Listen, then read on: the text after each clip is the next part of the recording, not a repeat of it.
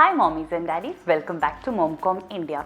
तो इस वीडियो में हम बात करेंगे पोस्ट डिलीवरी वेट लॉस के बारे में, जो हम मम्मियों का कंसर्न होता है जैसे ही हमारा बेबी डिलीवर हो जाता है।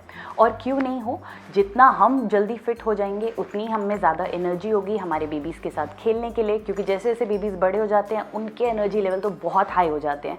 प्लस जितना जल्दी हम वापस फिट हो जाएंगे हमारा सेल्फ कॉन्फिडेंस बढ़ जाता है, हम अच्छा दिखने लग जाते हैं तो हमें वैसे भी अच्छा लगने लग जाता है। तो जितनी भी हमें प्रॉब्लम्स हो रही होती हैं वो सारी चली जाती हैं। तो इस वीडियो में मैं आपसे शेयर करूंगी अपनी वेट लॉस जर्नी और शेयर करूंगी कुछ ऐसे टिप्स जो आपको बहुत हेल्प करेंगे वेट लॉस करने के लिए। आइए वीडियो स्टार्ट करते हैं। ऑब्वियसली प्रेगनेंसी के दौरान हम ज़्यादा खाते हैं, हमें बोला जाता है कि अब आपको 1 के लिए नहीं 2 के लिए खाना है, ये सब बिल्कुल ठीक है।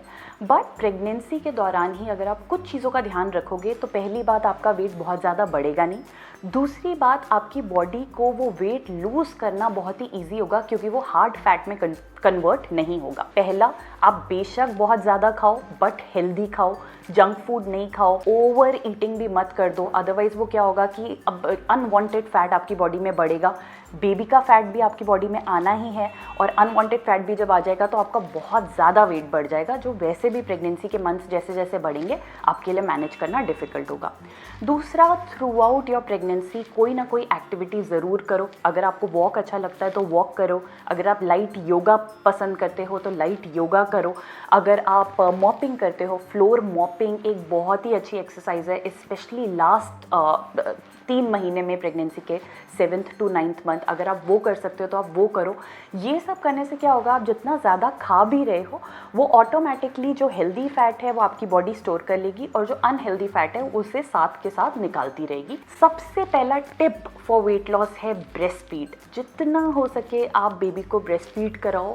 अगर आपको ब्रेस्ट मिल्क कम भी आ रहा है और आप बेबी को फॉर्मूला दे रहे हो तो भी कोशिश करो कि बेबी साथ साथ जो है ब्रेस्ट पे सक करता रहे। उससे हो सकता है आपका ब्रेस्ट मिल्क भी वापस आ जाए, बट ये करने से भी एक बेबी की भी बहुत एक्टिविटी होती है, बेबीज़ भी थकते हैं और आपकी बॉडी भी काफ़ी काम करती है जिससे काफ़ी कैलोरीज बर्न होती है। तो फर्स्ट टिप वेट लॉस का और कुछ भी नहीं है बट है ब्रेस्ट फीड। दूसरा टिप है मसाज।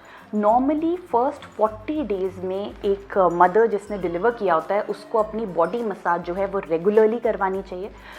एक ट्रेडिशनल लेडीज़ आती हैं, उनको दाइमास बोलते हैं, या जो स्पेशल मसाज वाली लेडीज़ होती हैं आप उनको लगवाओ। वो ऑयल के थ्रू आपकी बॉडी में मसाज करेंगे। इसके बहुत सारे फ़ायदे होते हैं।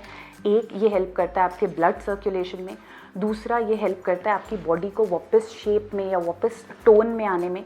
तीसरा, जितना भी आपकी बॉडी के अंदर पेन होता है, लेबर के टाइम पे काफ़ी पेन होता है, बॉडी के अंदर रह जाता है, मसल्स काफ़ी वीक हो जाते हैं, आपका नर्व्स वगैरह काफ़ी जो है वीक हो जाती हैं। प्लस जब आप बेबी को उठाते हो तो बॉडी में काफ़ी दर्दें रहती हैं, तो ये इन सब प्रॉब्लम्स को जो है वो हटा देता है। प्लस सबसे ज़रूरी, आपकी बॉडी को टोन या शेप में लाने में बहुत मदद करता है। तीसरा है पानी। जितना हो सके आपको पानी पीना है। वैसे ही ब्रेस्ट फीड कराते हुए काफ़ी प्यास लगती है, बट अगर आपको नहीं भी लगती तो भी आप लगा लोगे आपने दिन में 10 से 12 ग्लास पानी ज़रूर पीना है।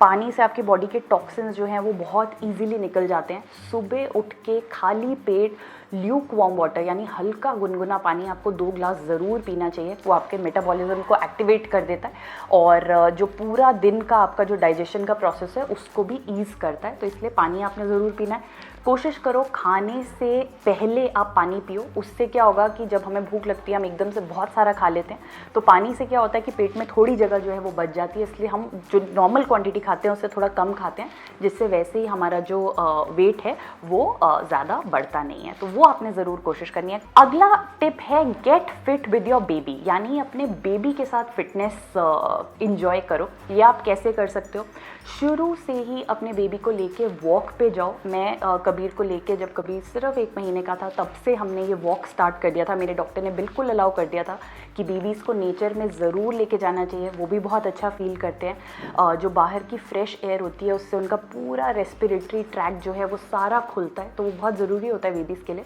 तो मैं सुबह 6 बजे उसको लेके मॉर्निंग में वॉक पे जाती थी और शाम के टाइम पे वॉक पे ज़रूर जाती थी। उस टाइम पे वो बहुत छोटा था तो प्रैम में ही सो जाता था या कभी धीरे धीरे इधर उधर देखता रहता था, तो उससे भी बहुत अच्छा लगता था और साथ में मेरी काफ़ी अच्छी वॉक हो जाती थी, क्योंकि शुरू में अभी सब कुछ धीरे धीरे करना होता है, तो शुरू में मैं धीरे वॉक करती थी, फिर धीरे धीरे मैंने अपना थोड़ा स्पीड बढ़ा लिया।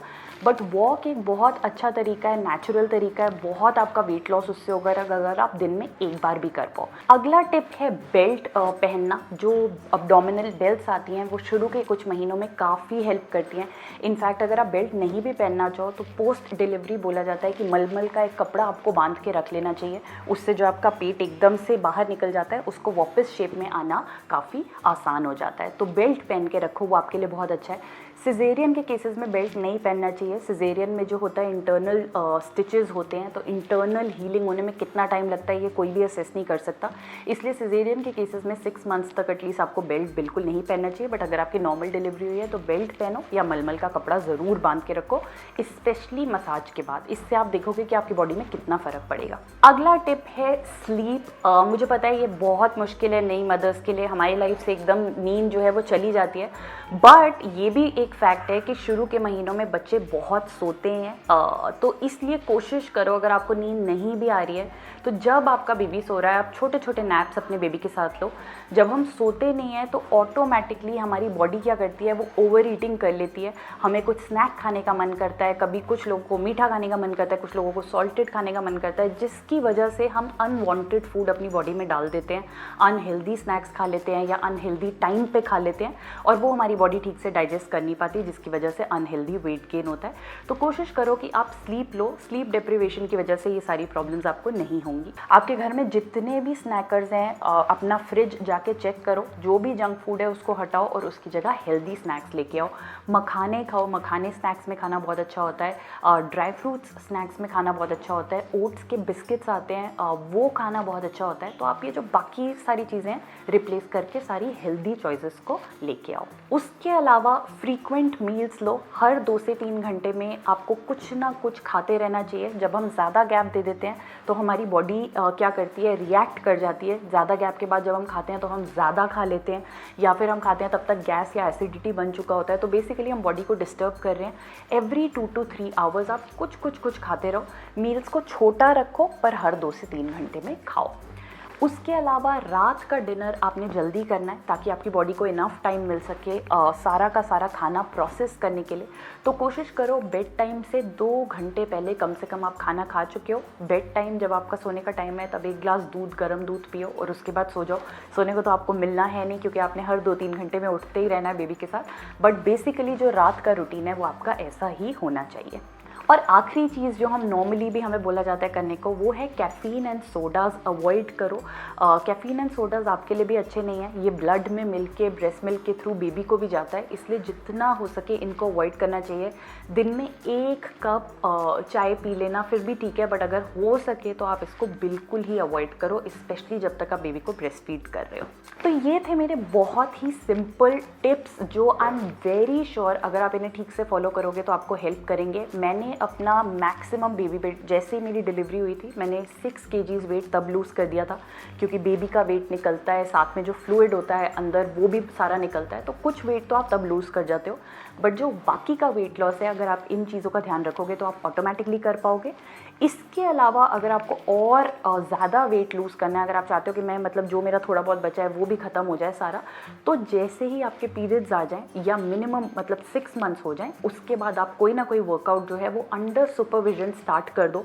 चाहे योगा स्टार्ट करो, चाहे जॉगिंग स्टार्ट करो, स्विमिंग स्टार्ट करो या जिम स्टार्ट करो। बट आप जब भी ये स्टार्ट करो तो अपने जो भी ट्रेनर है उन्हें ज़रूर बताओ कि आपका एक बेबी है, आपने डिलीवरी किया, ताकि वो उसके हिसाब से आपको थोड़े कस्टमाइज्ड वर्कआउट्स बताएंगे। होप आपको ये वीडियो अच्छा लगा होगा। अगर लगा हो तो डेफिनेटली लाइक बटन पे क्लिक करो, कमेंट करो, प्लीज़ अपने सारे फ्रेंड्स के साथ इसे शेयर करो, क्योंकि not only post delivery weight loss but normal weight loss में भी अगर हम ये सब चीज़ें करें तो हम एक अच्छा वेट लूज़ कर सकते हैं। हमें ज़्यादा कुछ करने की ज़रूरत नहीं है, तो ये सबको ही अप्लाई करता है। और रेड बटन पे क्लिक करके चैनल को सब्सक्राइब ज़रूर करो ताकि आप हमारे कोई भी वीडियोज़ मिस नहीं करो और सारे इन्फॉर्मेटिव वीडियोज़ आप तक फटाफट पहुँचते रहें। Thank you so much for watching MomCom India.